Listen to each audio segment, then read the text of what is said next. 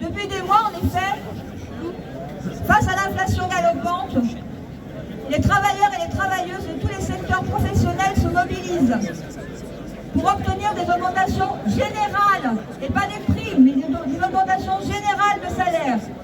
Le gouvernement ne répond aux urgences sociales et à la montée des inégalités que par des mesurettes inefficaces. À l'image de la loi sur le pouvoir d'achat, il poursuit même ses projets de régression sociale en matière de droit au chômage et de report de l'âge de départ à la retraite. Les mesures gouvernementales annoncées sur le pouvoir d'achat sont en dessous de la situation de paupérisation de la population. La loi votée cet été se contente de poser quelques rustines et, à travers les exonérations de cotisations, ampute les recettes des caisses de la sécurité sociale, ce qui va encore fragiliser la protection sociale.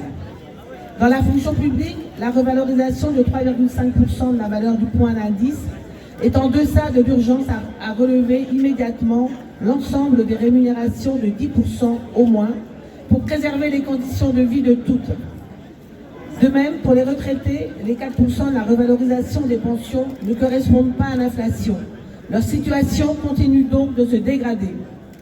La crise énergétique pèse déjà fortement sur la population, particulièrement les plus précaires, tandis qu'aucune mesure réelle n'est prise pour une transition écologique juste. Le gouvernement se contente d'incitations à des économies d'énergie culpabilisantes, tandis que d'autres pays européens mettent en place des passes ferroviaires gratuits. Pendant ce temps-là, les entreprises du secteur énergétique engrangent des super profits. Le gouvernement poursuit aussi une politique fiscale qui assèche les comptes de l'État au profit des grandes entreprises et au détriment des services publics, santé, éducation, et du financement de la transformation écologique. Dans le même temps, les entreprises touchent de plus en plus d'aides publiques. Leur montant est estimé à plus de 157 milliards d'euros cette année. Les grandes entreprises, à l'image de Total Energy, versent toujours plus de dividendes à leurs actionnaires.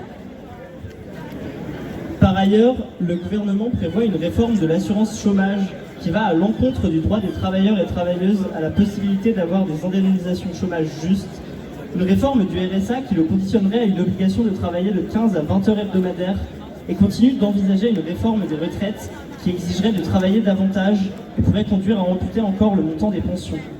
En ce qui concerne les jeunes et leurs familles, les aides comme les bourses et les ARS ne sont pas suffisantes pour compenser l'inflation. Leur niveau trop bas maintient notamment les étudiantes sous le seuil de pauvreté, 1113 € par mois, même à l'échelon le plus élevé qui est de 574 €. Ainsi, la moitié des étudiants et étudiantes doivent travailler et il arrive à la même proportion de sauter des repas pour des raisons financières. Un revenu d'autonomie est indispensable pour leur permettre d'étudier dans de bonnes conditions.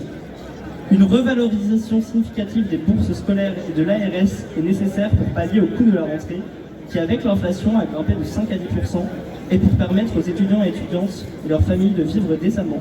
Trop peu de familles bénéficient de cette aide en raison du plafond de ressources à ne pas dépasser.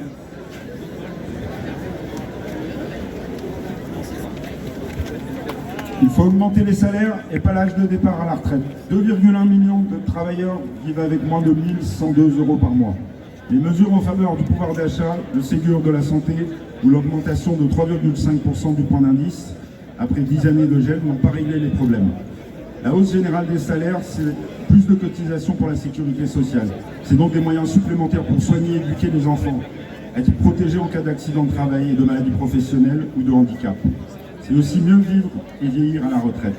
Face au projet de réforme des retraites injuste et rejeté par la majorité de la population, nos syndicats portent des propositions alternatives finançables avec une autre répartition des richesses.